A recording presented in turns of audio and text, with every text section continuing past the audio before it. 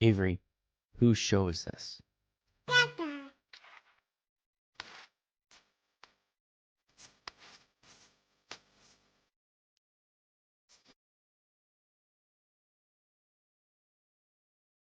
And we're live. Welcome everybody here to the Lakers Lounge podcast. I'm Anthony Irwin, Senior Lakers Insider for Clutch Point. Nope.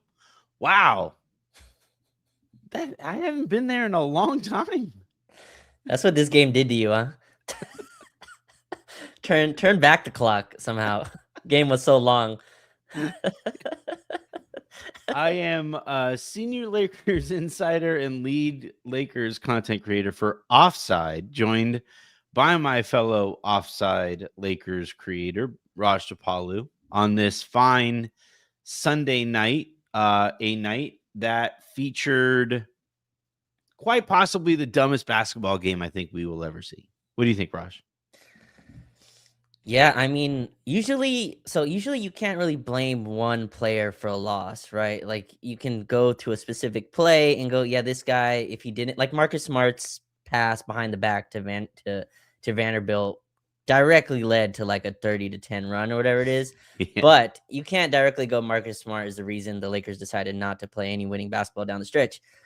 I think you can absolutely say if Dillon Brooks doesn't just go up and body check LeBron after hitting the go-ahead three, I think the Lakers lose.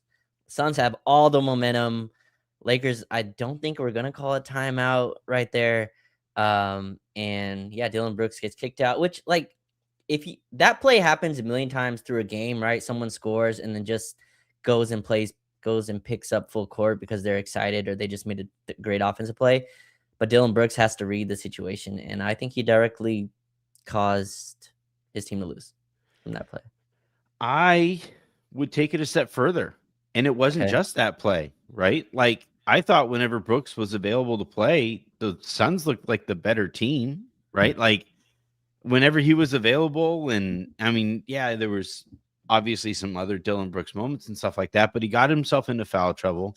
He picked up a dumb tee earlier in the game. He picks up that second tee there. Like, not just that play cost, that's going to be like the icing on the cake that ended the game essentially. Because from there, they basically had to hope that the Lakers missed free throws, which they did. LeBron, never, ever, ever take technical foul. Like, I think LeBron is a top 2 player ever. And I think he has a real argument for one. He's the best basketball player I have ever seen for most of my life, right? Because Jordan was a little ahead of my time, before my time. All of that said, LeBron is not good at free throws in fourth quarters. And him taking that technical foul, like he stepped to the line, like he's missing this. Of course he's missing this. And I knew I was willing to put, like Rui Hachimura was saying, like he was willing to put $500K on Black, right? If they won the net. I was willing to put $500K on LeBron missing one of those 3 free throws. At least one of those 3 free throws. Yeah. Like LeBron, don't take that tech. But anyway, like the Dillon Brooks thing, and this is the reason I'm hesitant to trade anything of value for Dillon Brooks, because I don't know that he can turn that off at this point in his life, right? Let me see how old Brooks is. He's like 30. Dillon Brooks is 29. He turns 30 in late January. So he's right there. And you can make the argument that like at this point in his life, maybe he's just never going to get it. But he could cost whoever trades for him a playoff game. Like he has cost Memphis back when he was on that team up, a couple playoff games because he talked all that shit and then shelled up, and then the Lakers won and he stopped talking. Like he was a big, like the Grizzlies literally announced to everybody, yeah, we aren't signing this guy. I think it was a mistake. I think it was a mistake by them, honestly. It totally was. But but this is the game that I like, because Pete and I have been talking about Dillon Brooks off and on all year. About like, I think he sent the phrase, I would run around my neighborhood naked if we traded for Dillon Brooks. And Yeah. I just don't think Dillon Brooks is worthy of running around naked. But like the reason that I am even a little bit hesitant to trade for this guy is because of the nonsense that he pulled in this game. He just couldn't stop. And you could Yeah. tell the rest of his teammates were like, Dillon, fucking cut it out. Stop, dude. And he just would not do it. So, and I like, yeah, that play you're talking about, that was like the final play. That was it. That officially, cost him.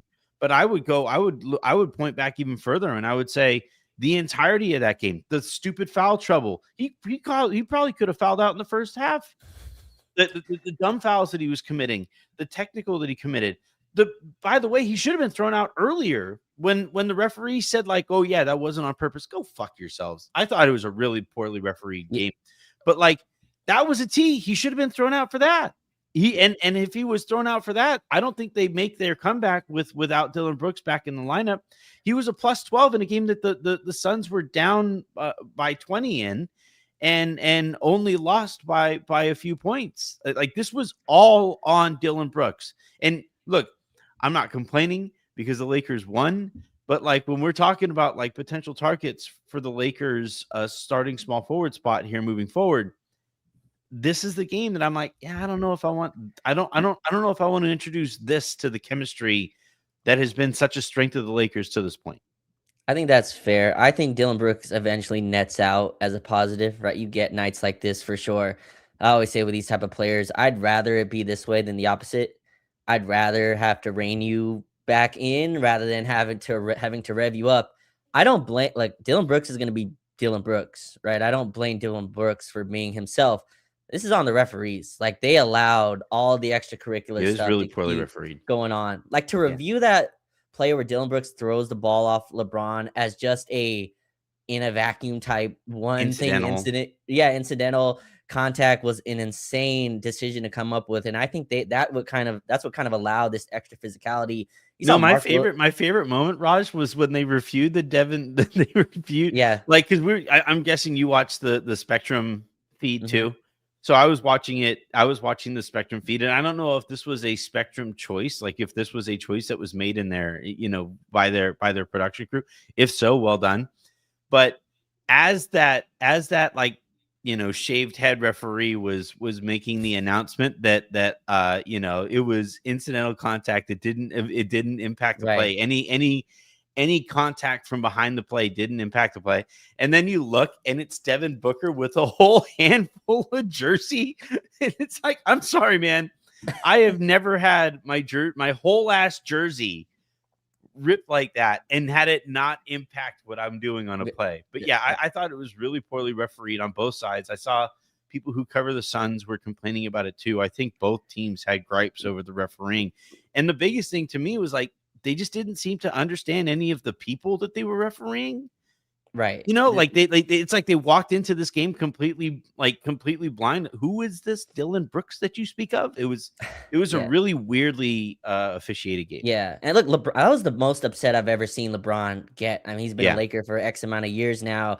He's had battles with Dillon Brooks, but I've never seen him blow up like that in the timelines. Like, why is he getting mad at a little ball getting thrown at him? It's like this has been adding up since the first quarter. Him and Brooks have been going at it. So yeah, but again, just going back to Dillon Brooks, I think this is the two-sided sword that players like him, Draymond, they don't become Dillon Brooks without having all this, extra motivation that they create for themselves. He obviously sees LeBron as someone he has to go at and have a personal matchup with. And to be honest, again, he almost was right. I mean, all the antics and all that stuff, in my opinion, all led to him hitting this. All this energy that pent up led to him taking the game-winning or chance of game-winning three that he eventually hit. Should have been game-winning. Yeah, and I think he was so excited. He just saw LeBron and went, I'm getting one last bump in before, we'll have to guard you. But yeah, he definitely, I think, was the fault here for the Suns losing. But again, the Suns don't have this good of a season without him being this guy. Like he brings an edge that every other player on that team has adopted, even Booker to an extent, but like Colin Gillespie, like all those guys have kind of adopted his edge. And I still think that dude is super valuable, especially when he's on your team. Now, when you're playing against him, it's super annoying and he can have stuff like this, but I'm still higher on Dillon Brooks just in general as a guy, if you can add him, because I think his on-ball defense is still fantastic when he's locked in. But if you have the right vets around, I think there's a way to get a ton out of him. But yeah, he cost his team a game for sure, which it was funny because Stu Lance was like, why are they cheering him when he's getting kicked out? He's causing the loss. I was like, well, Stu, he kind of hit the big three. He's kind of the reason they're also in this position, but it makes sense. It's his fault they lost this one. It's one of those things where, like, I could totally see Brooks arriving at the right situation, like you said, with the right veterans, all that stuff. But the thing is, like, Brooks is also a veteran. Again, he's about to turn 30. He's been in the league for a long time, Sure. you know, and it's like if he gets to, let's just say in this case, the Lakers, right? And like, you know, pulls this shit again. LeBron's not the kind of leader who like grabs a guy by the jersey and says like, enough, dude. You know, he's a lot more passive aggressive than aggressive. Luka's a lot more kind of go along to get along. Austin won't really say anything. Like I don't know. I like Dillon. Like he's just the basketball player, Dillon Brooks. Like if this was 2K and I didn't have to care about the human being, Dillon Brooks, I'd be totally fine with it. But this is just such a brutal game. Like this is a terrible look for Dillon Brooks. And by the way, like this is a win that Dillon Brooks turned into a loss. The Phoenix Suns, like if you look at the standings, right, like they are going to need every single win that they can possibly get over the course of the season, and he is single-handedly responsible for turning a win, which, by the way, they only would have won in large part because of him. But like because you're absolutely right. Like I do think he's had a real meaningful impact on their culture. All that stuff is also true, but this specific game is a win, would have otherwise been a win, that he single-handedly turned into a loss. And I don't need him turning a win into a loss in the playoffs on a team that's much better. That's totally fair. I think he also had an awesome impact in Houston, right? And hey, they turned him into Kevin Durant. Won everywhere. Right? And what stood out today, and you've been preaching this, the starting lineup needs a change, right? And you've been preaching it from a basketball sense. Starting lineup needs some like meanness in it, you know, just like you see Marcus Smart comes in and just gives it. And Marcus to me is not, at least his health has shown to me just so far, judging it. He just can't be relied on for long stretches. Dillon Brooks is usually healthy, I believe. Mm-hmm. And, you know, again, just bring some meanness and some tenacity and some, like the Lakers starters are the most talented 5 on the roster, but like that end of the quarter, their combined talents create some bad habits. It's a slow team. It's a very deliberate team. Luka and LeBron, their kind of intentionality on offense combined becomes like a very slow, let me cook the clock for 15 seconds before we do something. And I kind of like how Dillon Brooks catches and goes, no, I have a guy behind me. I'm attacking. And Marcus Smart did some of that and got blocked at Marcus Smart, by the way, like just too absolutely very lucky he's not the guy we're talking about here on the other side of this, you know? So maybe to your point, having 2 guys of that much volatility can be dangerous. But no, again, Dillon Brooks caused his team tonight. Again, I think it nets out positive eventually. And again, a guy I wouldn't run around my, you know, house without clothes on if we got Dillon Brooks, but would still be excited if he got on the team. Damn, there's a report out right now that Rob Reiner, there's no chance that you know who Rob Reiner is, but there's a report out here that he and his wife were murdered by their son. Oh, wow. I don't know who they are, but I did see the report of them being caught or being found, I guess. Legitimately one of like the most brilliant comedic minds of all time. Like legitimately, he's in like comedy Mount Rushmore in terms of really? Like his impact on pop culture. Man, that would freak it. That really sucks. Yeah, there was like knife wounds, right? I think is what I saw or something like that. Yeah. All right, let's go ahead and segue awkwardly to, but yeah, I want to talk about, you mentioned, you know, the need for with that starting 5. And I just think, honestly, it extends beyond the starting five because I think a starting group tends to set a tone for how the rest of the team plays. And I have thought that the Lakers, they score so easily in the half court. And I think they're like a top 3, if not higher than that, maybe top 2 even, half court offense in the league so far this year. And when you score that easily in the half court, I think, like you said, that it can lead to some bad habits, some complacency elsewhere on the court because you're like, yeah, all right, we can give up this bucket because we know we can get buckets on the other side. And I think that, when it injecting Smart or even Laravia, honestly, like I thought Laravia was super active in this game. Like was if awesome. JJ is really, really, shooting conscientious, which we know he is. My thing is, it just can't be Rui. Like honestly, we're at the point here where it's like you can make a real argument for anybody but Rui. You want to go double big with Jackson and DeAndre Ayton? Fuck it, let's give that a go. Oh, you don't. You want to go? I'm kidding, but like. You went way over the line. Let's back up. I wanted to see your face. Whoa, whoa, whoa, whoa. I get carried away. I was like physically pushed himself away from the camera. No, we're not doing that. But no, I'm at the point here where like you could make. I think Laravia makes more sense. I think Vando makes more sense. I would be willing to listen to you if you said Thiero makes more sense. Oof. I think Marcus Smart makes a lot of sense. I'm just concerned about his body holding up. Yeah. To me, I think the most likely candidate here is probably Laravia because we know how much JJ Redick cares about shooting.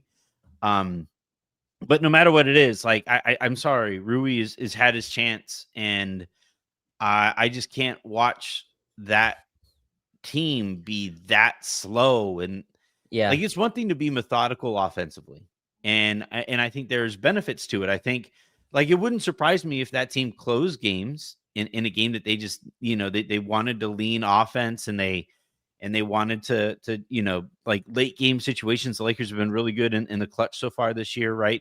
Wouldn't surprise me if they wanted to go to that group to close out a game. And in a game that you can just trade buckets, go with that group, right? Because at the very least you're probably going to trade buckets.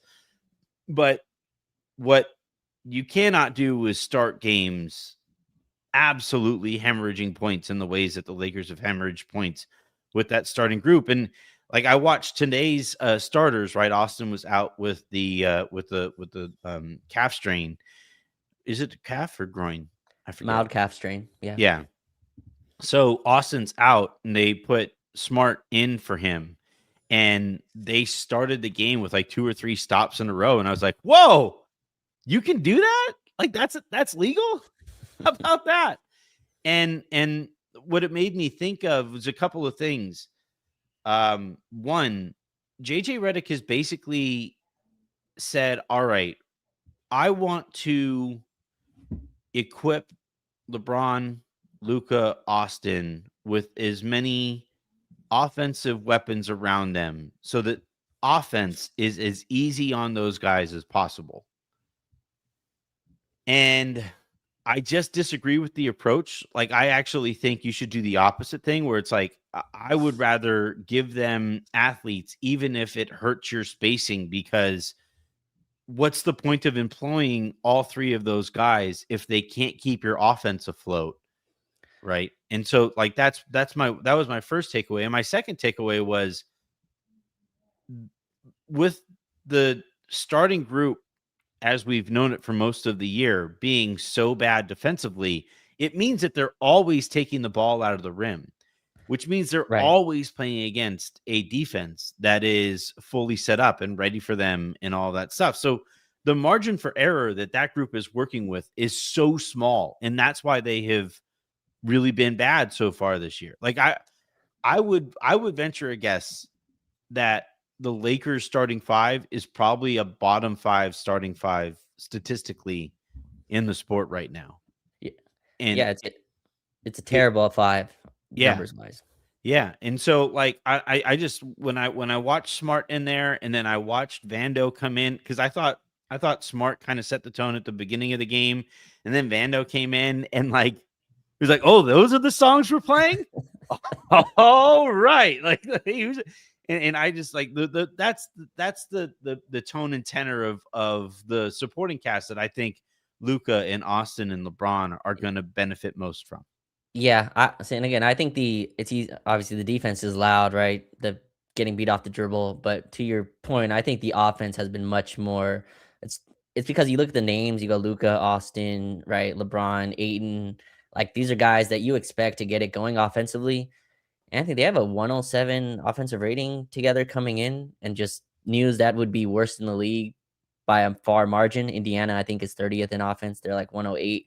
That's one of the worst offenses in the league, and they just cannot score. Now, I understand you want to, I think you've been on the bench Rui train for a very long time. I think the point you made about Dillon Brooks, about this being a human thing, I think I think you have to have some cause for reason for benching Rui, right? And I think as the wins continue, I think the Lakers floor again will be too high for a move like this to come, at least right But now. they hadn't been losing recently. They dropped 3 of 5. Smart Yeah, gets in there tonight, and they win tonight. Like, and again, I just don't think JJ Redick is your typical NBA coach in that I think he does see the lineup data. I think he does. of course. For one thing, we know he's very online.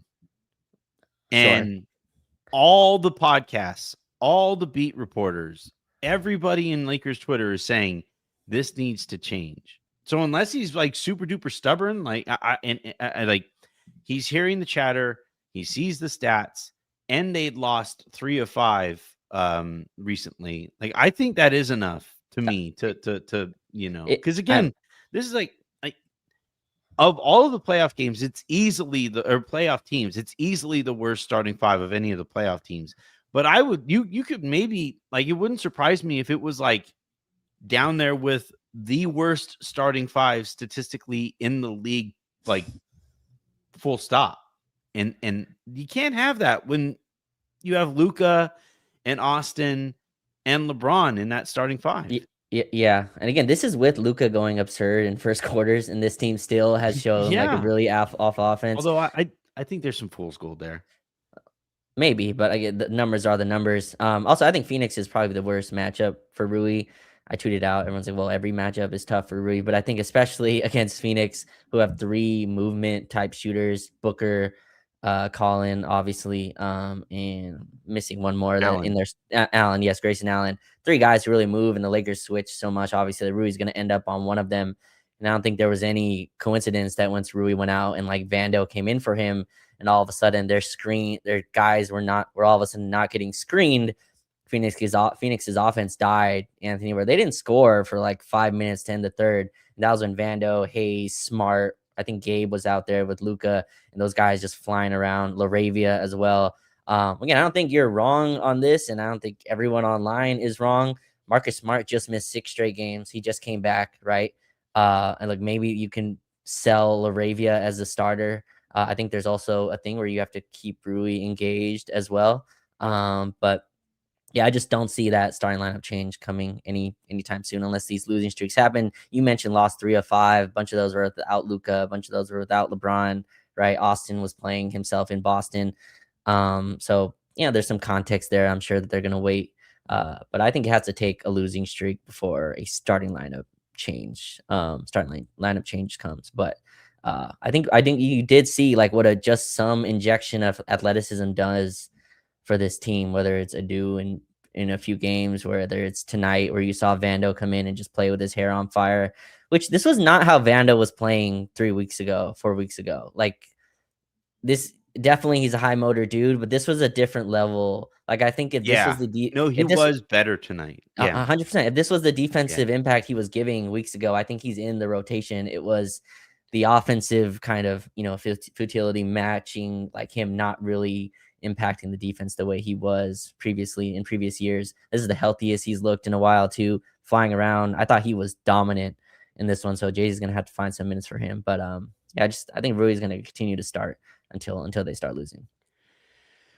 To your point, We have a super comment that I'm just going to get to now, which means I get to play this one. Trucker Star 7 asking, why was Rui in the closing lineup tonight? And to your point, Raj, like JJ Redick is going to look for, like, it's going to need, or a reason is going to need to be provided to take Rui out of the rotation. You know, to Rui, right? You have to sell this to him. You could say he should just accept whatever role. Rui's like, I'm shooting 46% on threes. There's games I don't touch the all right. ball. Here's the problem with that, though, Raj. All right, here's the problem, because I've had this analogy. I've been sitting on this analogy, and Okay, a little worried. it like it's been like burning a hole when in my you pocket. throw these on when you test these on air. All right, you know those Twitter accounts that have like 1 million followers, and then you look Okay. at their tweets, you go through their timeline, All right, no and all engagement. their tweets have like 3 likes. I see. Okay. Yes. You know what I mean? Yeah. That's Rui shooting. That's Like I've heard you say he's this like super hype, like percentage wise. If you just looked at his, ESPN stat page or whatever stat page that you want to use, you were like, damn, he's shooting how high from the field? Holy shit, Rui. But then you look and it's like, oh, he's made 1 in a week. Oh, he what? Like he's attempting on the season, Raj. How many do you think he's at? Well, you probably know this off the top of your head, but how many is he attempting per game? I think like 3.5 or something like that. So it doesn't matter. He could shoot 80% from the 3-point range. Honestly, if he was shooting 80% from 3-point range, it would mean 1 extra 3-pointer per game. But just because of the how few shots he's actually getting up. Sure, but I mean, if he's not shooting, that means the defense at least is there guarding him, right? No. Vando came in and got 2 threes right away in his 11 minutes.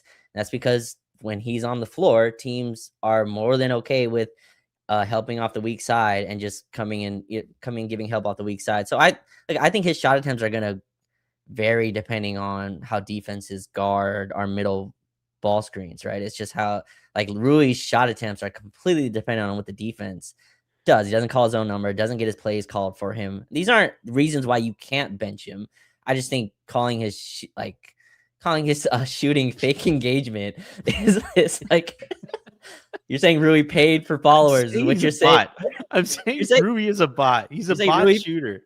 Rui paid NBA.com to put 46% on his 3-point shooting. I'm telling it just doesn't matter. Like Rui shooting does not impact the game. Him being a really good shooter doesn't. And like I think that is in part a criticism, and I think a valid one of your creators, right? Like the thing with and this is why like you and I have been going back and forth on this off of the show, right. in Slack and stuff. I don't like the Luka scoring however many points he's scoring per game in first periods, and it's because like it just features like a lot of that scoring is taking place with LeBron and Austin just kind of watching him score. And I think it makes it difficult for those guys to get into a rhythm.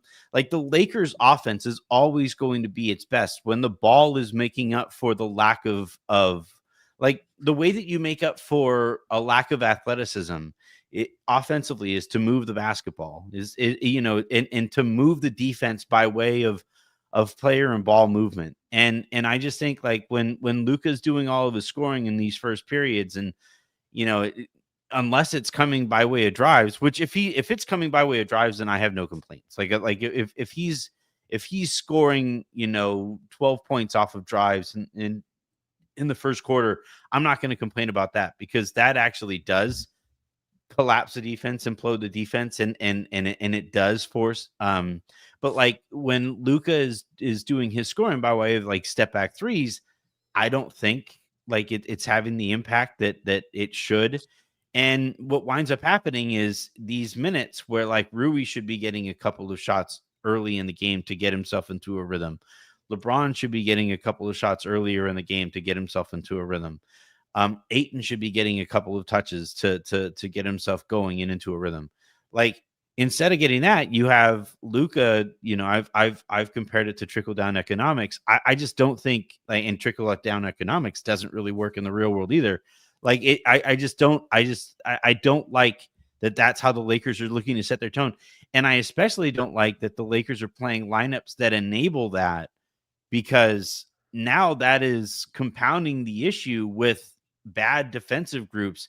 So it does turn into just kind of swapping baskets at best and leaking points altogether if Luka isn't scoring some outrageous amount in first quarters. Yeah, I mean, the starting lineup is not enabling that, right? He's playing next to Austin and LeBron, but he's still going to continue to do this because this is what he does. Again, I think this is defense dependent, and JJ talked about it. Teams are guarding the Lakers in a traditional 2-on-2 type of defense, where they're just trying to force Luka to take these kind of floaters, kind of force him into these step back off the bounce shots, hopefully long twos. And Luka's good at these shots, and he sees these as invitations. And he's going to do. Now, the Suns are a little extreme. Jordan is not going to blitz Luka, so he's going to force him. Like, Luka took 10 threes, I think, tonight. You saw him cheering when he finally hit one. But all those are shots that Luka thinks are his type of shots.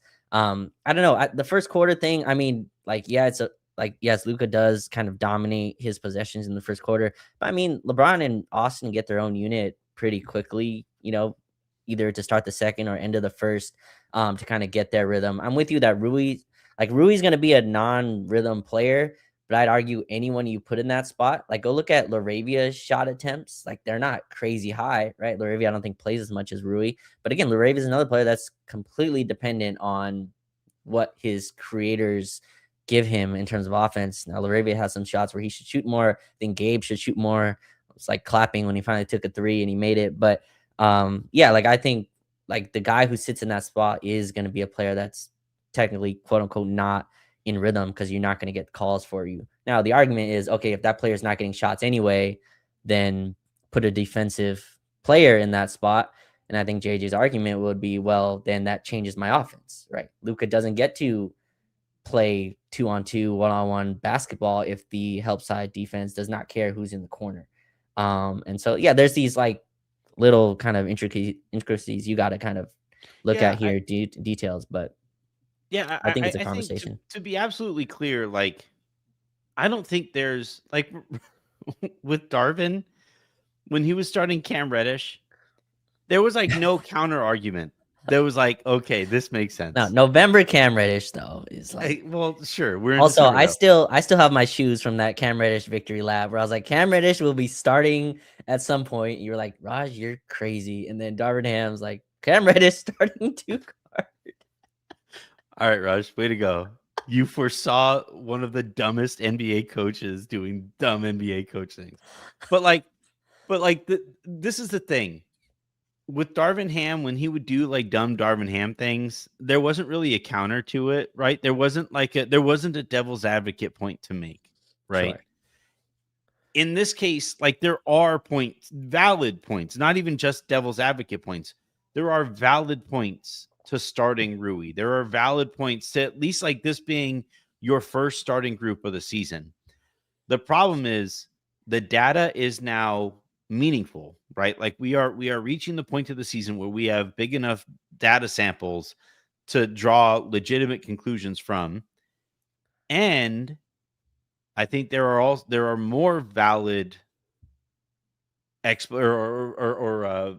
to make that, you know, point to Marcus starting or Laravia starting or even Vando starting. What I took from this game is, and look, this was probably like the nth degree Vando, right? Like, this is this this this is peak Vando. Yes. Well, because, like, all right, because this happens every so often where, like, like, you got peak prime Vando. Everybody, like, it's just funny that it played out this way where everybody is like, come on, get Vando in there. And then, like, Vando plays the game of his life, you know? And it's like, and JJ now has to be like, fuck, dang it, they were right, you know? But the worst thing that can happen sometimes is everybody gets their way. Lakers Twitter gets their way. Player gets in there, and then they suck. Awful. Yeah. And then you're like, all right, well, that wasn't the solution. Yeah. But no, like watching Vando tonight, and I don't want to base an opinion off of the best game that Vando is probably going to play this season. But I just think like I was listening to Jovan had Is Talk Franco on his show over the weekend is when I listened to it. So I don't know when he was actually on.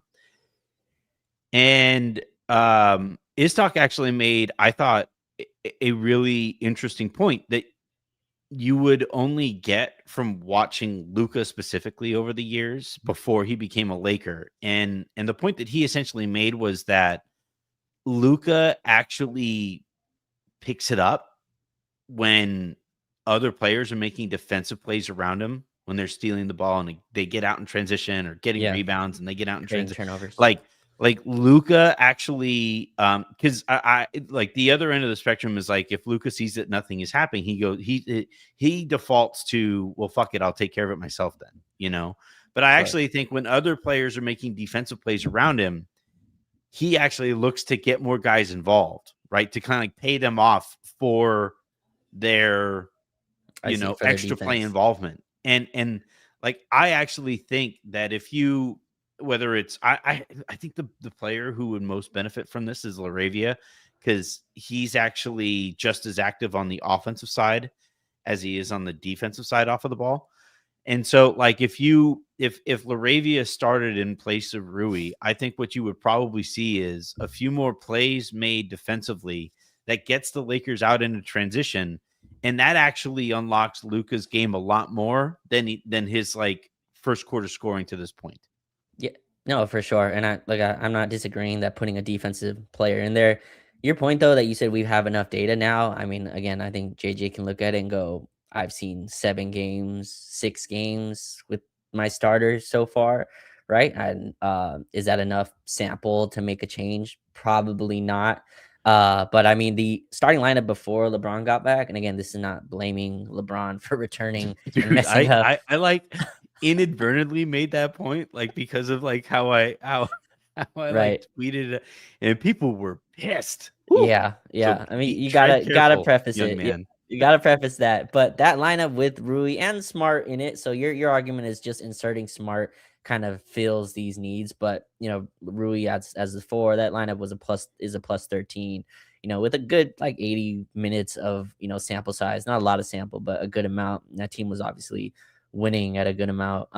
So yeah, I could see again how JJ can be like, look, Rui's starting. He doesn't have to close games, right? He's gonna start the second half. Again, JJ called him a laser in terms of like in that best shooters in the league. So going at your fake engagement numbers there. He's at laser shooter 365 or something like that.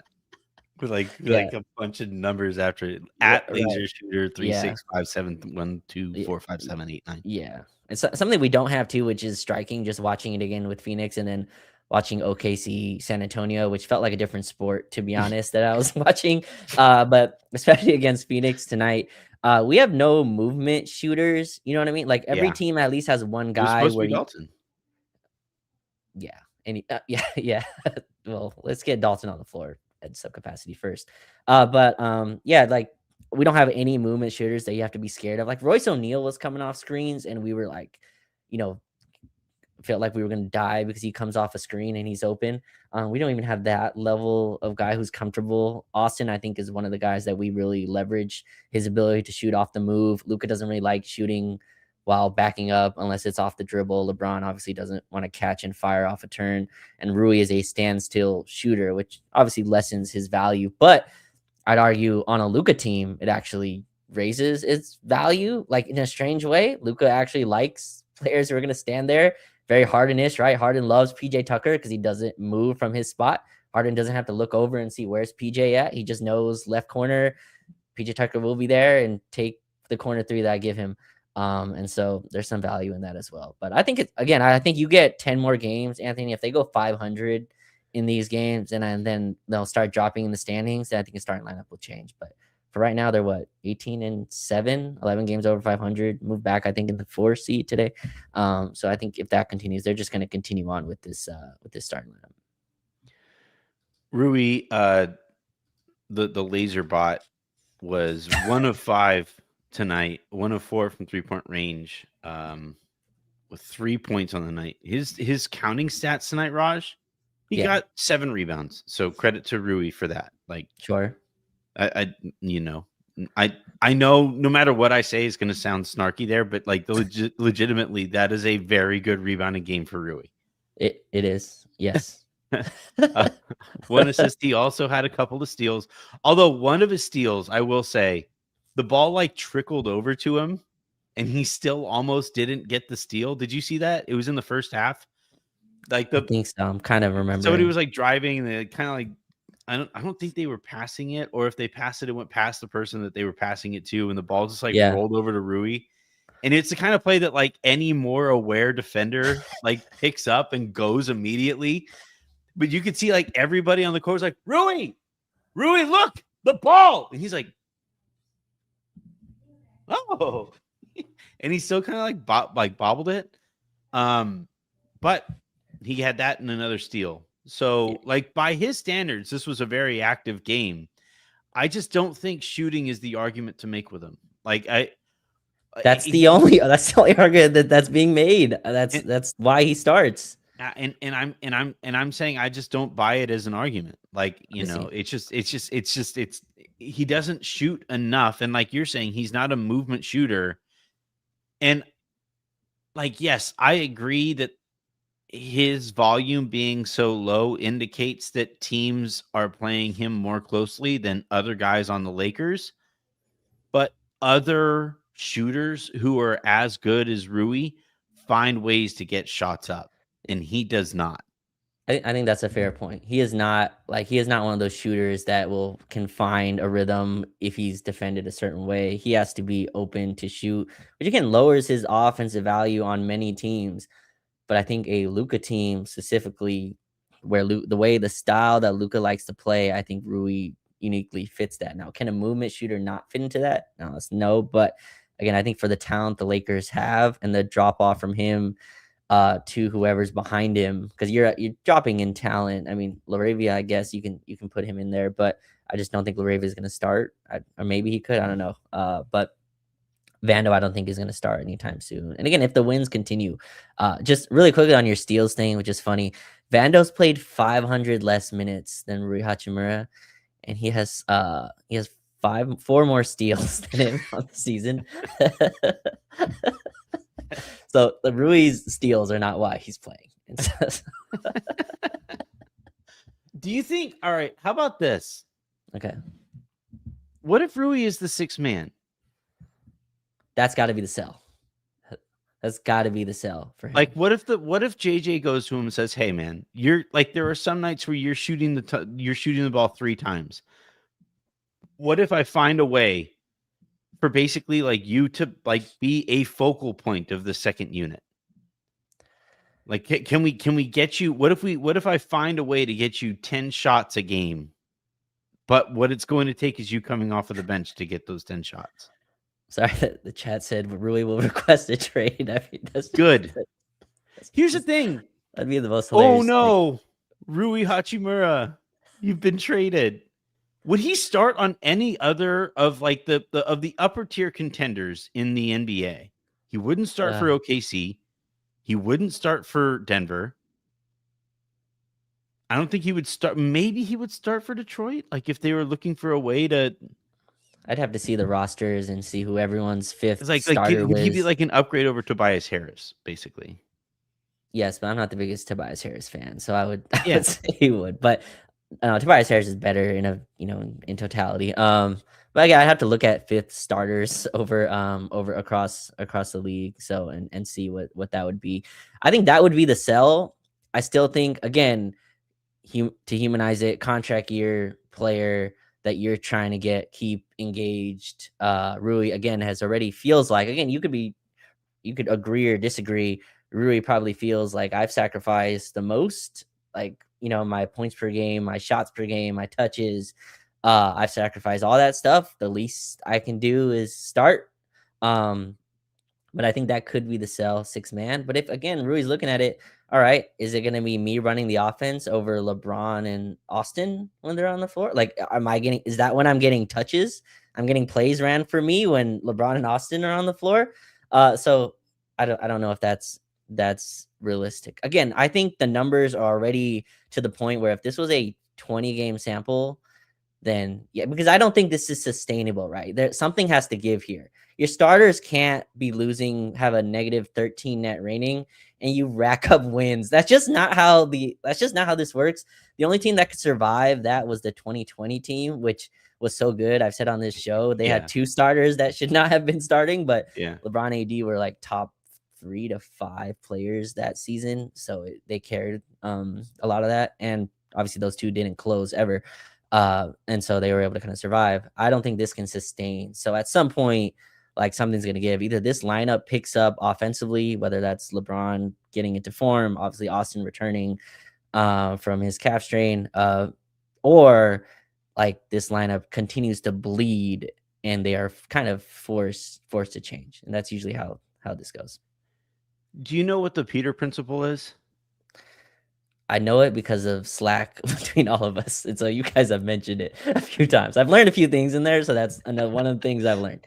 All right. Well, to those who are listening, the Peter principle, like layman's terms, is that like eventually everybody gets promoted one spot higher, one spot higher than they probably should be promoted.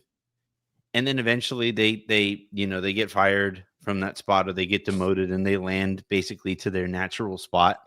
That's how this like tends to go professionally. And I think Rui has been kind of Peter principled, where he has been a starter now for a few years. And I think he actually probably tops out as like a 6th or 7th man. And at some point here, we actually got to like execute this Peter principle so that he can be put in a spot. And actually, like you look at like the Spurs, where before Wemby has been fully healthy the way that he is, and before they acquired De'Aaron Fox, right? I was listening to Kirk Goldsberry make this point on Zach Lowe show, and he was saying how like, well, now De'Aaron Fox is there and Wemby is more healthy, and rather than like Jeremy Sohan being asked to play like point guard, now I have like Dylan Harper and Stephon Castle, who looks a lot better this year too than he did last year. And now you have like that upper tier of their team is more solidified. So those role players have now been Peter principled down to a spot where they are more practically, impactful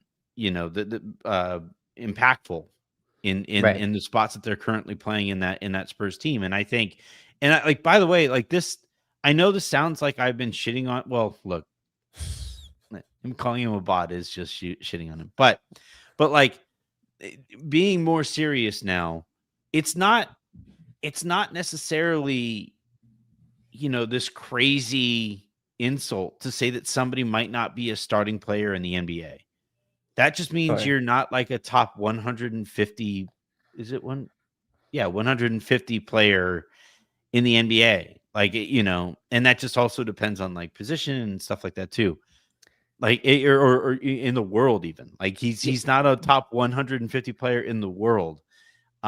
Instead, he's like in that like probably like 200 range where he is right there. I think he would fit perfectly as like the 6th man or 7th man on a really, really good team, which, by the way, Raj, is the point. The point here isn't to be nice to Rui and make sure that you hold his hand and make sure that he's super comfortable playing on this Lakers team. No, the point is to be a really bleeping good team. And if he doesn't buy into that, if he isn't willing to play whatever role it is that he should probably more naturally fit at on a really bleeping good team, then bleep off. Like, then fare thee well, young man. Vaya con Dios. Go enjoy playing for the Washington Wizards again. Sure. And look, I think like just using that, context, I think Rui's in the top 5 of talent on this team. I think the Lakers are starting their 5 most talented players, but that's not really how starting lineups work, right? There's a lot of stuff that goes into it. And I think Rui's replacement just isn't good enough yet for this to happen. I think you're right. I think if the Lakers had what they I mean, that's wanted, fair. they're That's fair. if the Lakers had what they wanted, there's reports, right? They were interested in Herb Jones or these other kind of two-way defensive wings. I think that's why Vanderbilt is getting continuous shots. It's like it's so extreme on the other end, that we're kind of looking for answers here, but I don't think that player exists quite yet. Can LaRavia fit that? Maybe. I like LaRavia a lot as a connector. I think he's kind of a connective tissue type piece. But can JJ bench Rui for LaRavia? Probably not yet. And have that again. If you want to lose Rui Hachimura, you can say all that. I think you're right. Again, these are still human beings that are playing. Like you mentioned earlier, this is not 2K. You don't get to bench Rui and he comes off the bench and gives you 46% shooting continuously or whatever, plays hard, gives you the rebounding, whatever he did tonight. That's stuff that you got to keep players engaged for. That seems you have to have real conversations about. And so can he be benched? Sure. I think right now that probably isn't coming anytime soon, unless again there's a trade. If Marcus was healthy, Anthony, I think this is a very fascinating conversation because his numbers are loud. Like he's one impact numbers, excuse me.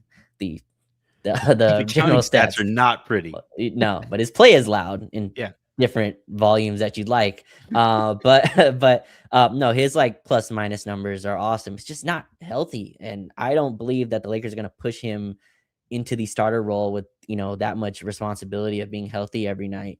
In an 82 game grind, playoffs different story, but I think right now Rui's going to continue to start, and then JJ can tweak as the games go on. But yeah, I don't think anyone's really wrong in this conversation, right?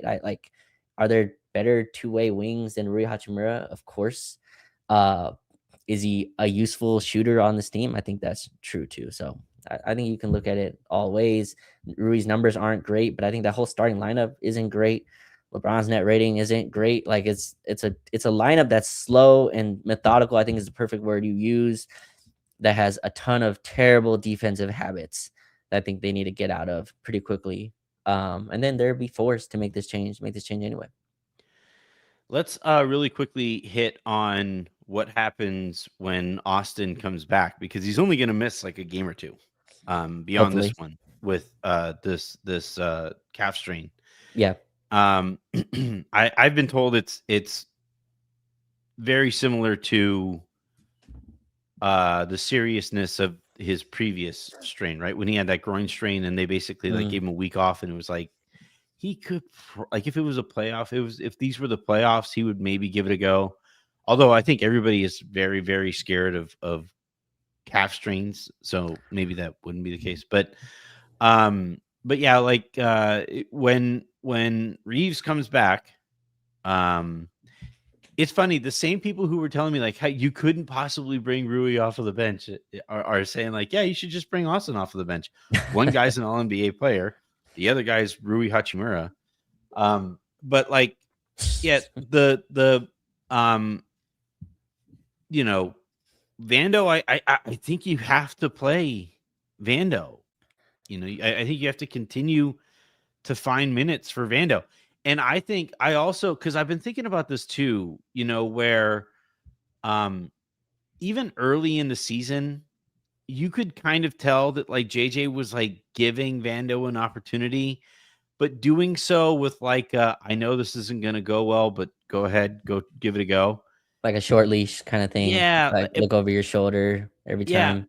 And I thought tonight was frankly the only time this season that Jared Vanderbilt looked confident out there. And I kind of wonder if Vando finally hit the point of like, screw it, man, whatever. I'm just gonna go play, Yeah. And like I think Vando needs to have a role here where like he can be comfortable and confident and in a rhythm out there, to have a kind of like anything close to the impact that he had in this game. So, and that means like probably 2 shifts, you're probably looking at like 15 to 20 minutes a night of Jared Vanderbilt, and Austin comes back and he's going to be getting his 30 plus minutes a night. So like either, right, you could either, you make the argument that Vando shouldn't play that kind of a role, or if he does play that kind of a role, who's not playing Yeah. the role that they have been to this point? I'd be shocked if Vando comes in and just automatically earns himself back 15 to 20 minutes a night after collecting DMPs every single game. Again, I think Vando fits in this category of like just unknown, right? And coaches like stability. They like I think I keep pressing this is why Gabe plays. It's because like even if the counting stats are what they are, Gabe comes in and does his specific role, which is play hard, chase over screens, get even if he's overmatched, play physical in the ways he can, take open threes, never ask for the ball, never call a play for himself. And I think Vando is just so erratic. And I think the Lakers need some like erratic play. Honestly, they need some of that. I think that's missing. But I think that's tough for a coach to like pencil in every night. Look, if this is the Vando you're getting every night, then obviously like he was Mhm. a dominant player today. This activity also is tough to focus on. It's like tough to have on a nightly basis.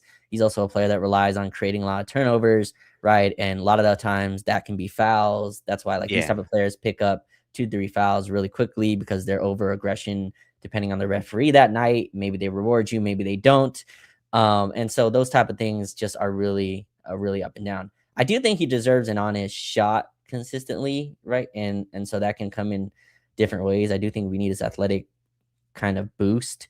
But again, like sometimes a team's going to be really smart with the ball, and then his offense really becomes glaring, right? Because it becomes a slow down half court game, and there's just nowhere to hide him. Like especially when he's playing, Lakers don't have a spacing five unless it's LeBron, and I don't think most people want that. So like it's Ayton and Hayes, which means the floor is shrunk. Vando plus them, that's already two non-spacers. And JJ has, I think, been on record through his pod saying that he doesn't, I think you can survive with one non-spacer in kind of the modern NBA. He's kind of gone away from that a little bit just because he's been forced to. But yeah, I'd be shocked if Vando comes in right away and steals a full rotation spot from somebody. But it'd be interesting to see whose minutes he Well, takes. all right. Let's set aside what you think will happen. Okay. What would you do here? Who do you think should lose Yeah. their spot to Vando? Losers. I mean, it's a lot of Gabe Vincent minutes that I think can be eaten into, and I totally understand it, especially without Austin. I understand that he's trying to find another ball handler, but you mentioned when Austin returns, there's some like sometimes Gabe is out there with both Austin and Luka, and that's to me where you've kind of overthought this Yeah. one, right? Like using Gabe as your wing defender is kind of like the Patrick Beverly as your wing defender type of thing. Like, yes, in technicality, he's a 3-and-D guard, but you've now, I don't know if Peter Principle works here, but you've kind of overstepped kind of what he can do.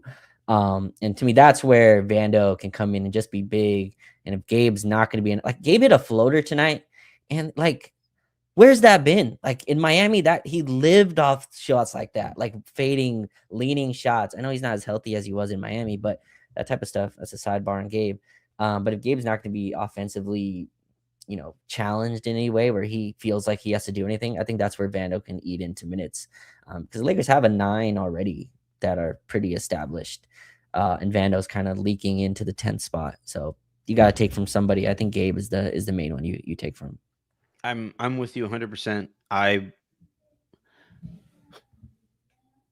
It's tough because I can totally understand why, from a coaching perspective, JJ and his coaching staff really likes Gabe Vincent, right?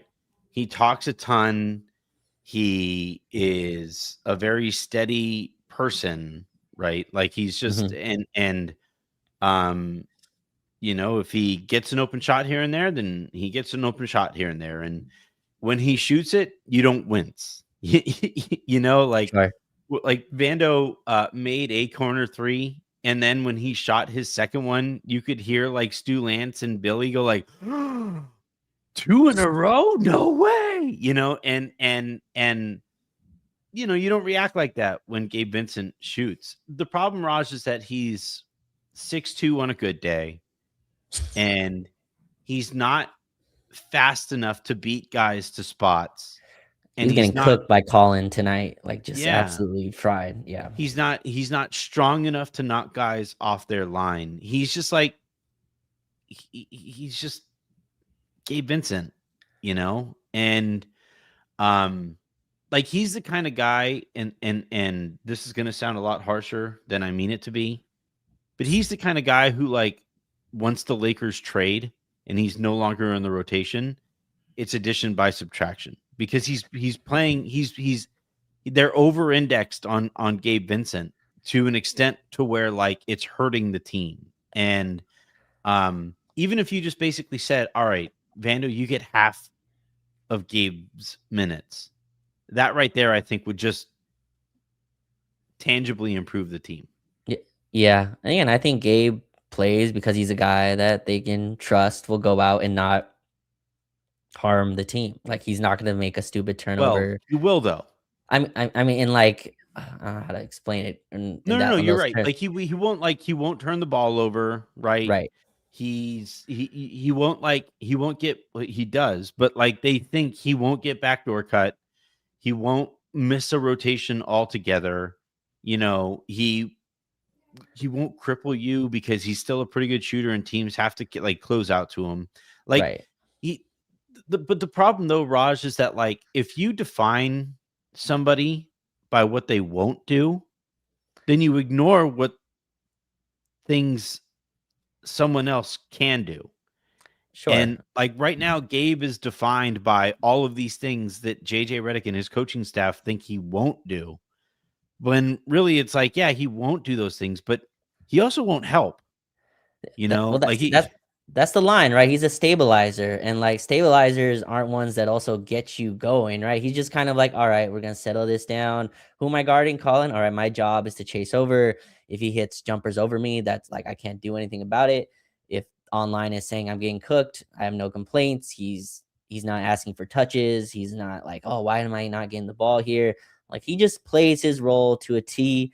And I think that, again, that's important in a locker room structure. But I'm with, again, I think Vando can take his minutes. I think Gabe's going to stay in the rotation in this way. I think they like it. I think even I was shocked Marcus Smart started over Gabe tonight. Honestly, I expected Gabe to start. That's an important first step. Yeah, that is a big step. I think it also shows how healthy Marcus is feeling. But that's why anytime LeBron is out, who starts?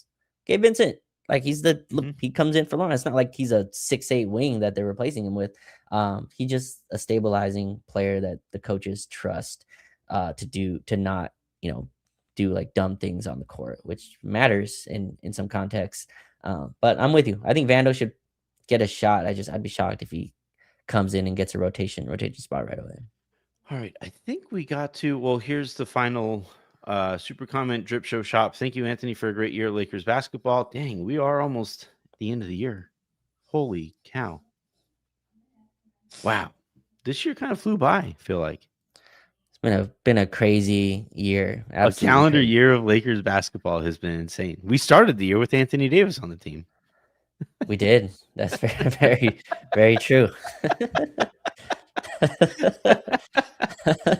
Oh, man. All right. Well, this has been fun, as it always is. Hey, I like doing these recaps. Even if it's a dumb game that the Lakers won, it is still a Lakers win. And given how tough, like, it's been funny to see people try to make the argument that the West is, like, not that tough.